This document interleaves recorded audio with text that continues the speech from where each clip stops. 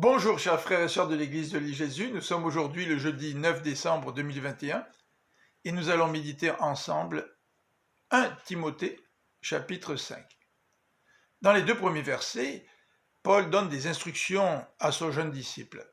Considère les personnes âgées soit comme des pères ou des mères et les jeunes comme des frères ou comme des sœurs.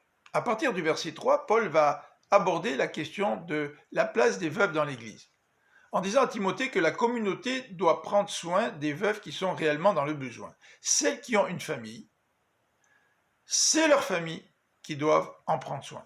Et Paul précise au verset 8, « Si quelqu'un ne prend pas soin des siens, il a renié la foi, il est comme un infidèle, et même pire qu'un infidèle. » Paul va donner des qualifications pour décider si l'Église doit aider telle ou telle veuve. Il parle même d'une liste des veuves. Ces veuves doivent avoir au moins 60 ans, avoir été fidèles à leur mari. Elles doivent avoir donné un bon témoignage, avoir mené une vie irréprochable, avoir bien élevé leurs enfants, avoir été hospitalières, avoir secouru les malheureux.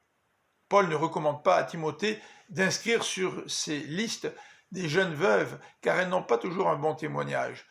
Notamment, certaines vont de maison à maison pour faire du commérage. Paul préfère que ces jeunes veuves se marient et s'occupent de leur famille. Paul, dans la deuxième partie de ce chapitre, va parler des anciens ou des responsables. Que les bons dirigeants, méritent un double honneur, un double salaire.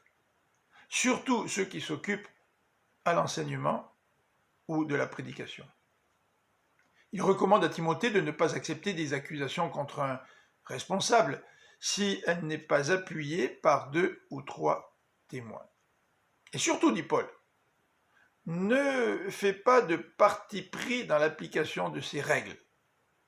Ce n'est pas parce que quelqu'un est responsable que tu dois manquer d'objectivité, lui rappelle Paul.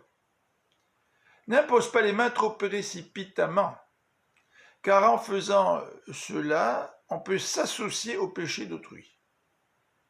Avant d'imposer les mains, soyons sûrs de ce que nous allons faire, dit l'apôtre Paul.